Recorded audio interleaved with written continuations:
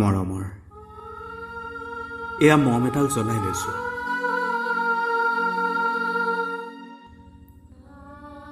আজি বহু দিনৰ মূৰত তোমালৈ চিঠি লিখো বুলি। বাহিৰৰ উৰুঙা বতাহজাক আহি মমডাল কোবাইছে। চাওঁ, খিৰিকীখন চপাই দিওঁ।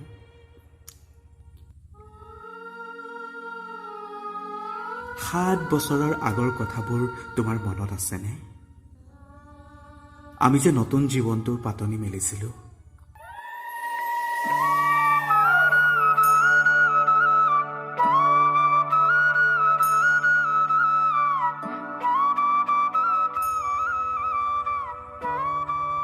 মোৰ গাত সেই অচিনাকি নিচা বাৰুকৈ লাগিছিল।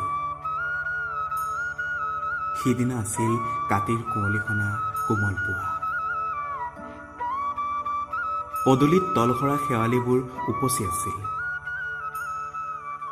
আৰু সন্ধিয়া মই তোমালোকৰ ঘৰলৈ নকৈ আহিবৰ দিনা আকাশৰ মেঘৰ মোহনাত হালধীয়া জোনটো নাওখন লৈ আমাক যে ৰিঙিয়াই মাতিছিল তৰাৰ দেশলৈ।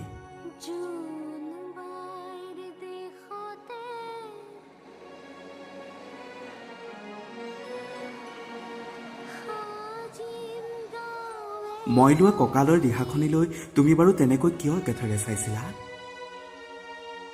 মোৰ কেনে লাগিছিল জানা? তুমি যেন কোনোবা দূৰ বিদেশৰ স্বপ্নাতুৰ আলোকৰ মানুহ, আৰু মই যেন তলসৰা এপাহ শেৱালি।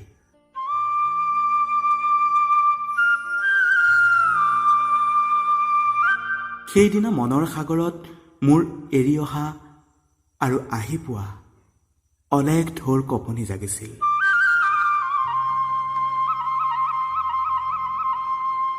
তোমাৰ জানো এইবোৰ কথা মনত নাই? আমাৰ দেউতাই যে চিঠিত লিখিছিলে,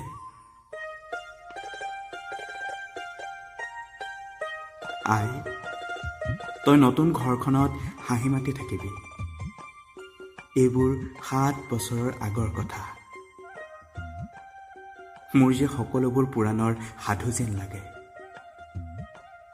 জেঠমহীয়া দেউতাৰ বছেৰিকা হৈ গ'ল। তোমাৰ বাবুল এতিয়া বৰটো হৈছে। তাৰ ওপৰ পাৰিত এধানিমান ডালিম গুটি যেন দাঁত অকণি গজিছে। সি মোক একেবাৰে এৰিকে নিদিয়ে।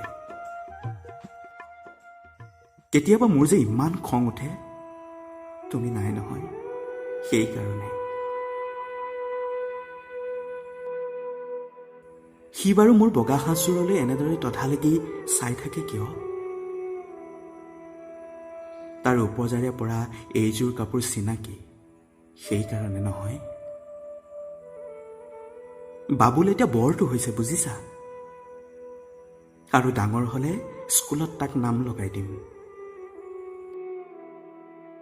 সি আঁতৰি থকা সময়খিনি মোৰ যে বুকুখন তেনেই উদং উদং হৈ থাকিব ভাই। আৰু কি লিখিম? বিশেষ একো নাই। মোৰে শপত, তুমি যিদিনা উলটি আহিবা মোক আগতীয়াকৈ জনাবা দেই। মই ভোগ দৈ এদি ভটিয়াই গৈ বুঢ়া লুইতৰ বুকুৰ পৰা তোমাক ৰিঙিয়াই মাতিম। তুমি যিদিনা উলটি আহিবা মোক আগতীয়াকৈ জনাবলৈ নাপাহৰিবা দেই।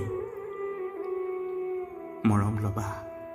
ইতি তোমাৰ মমতা।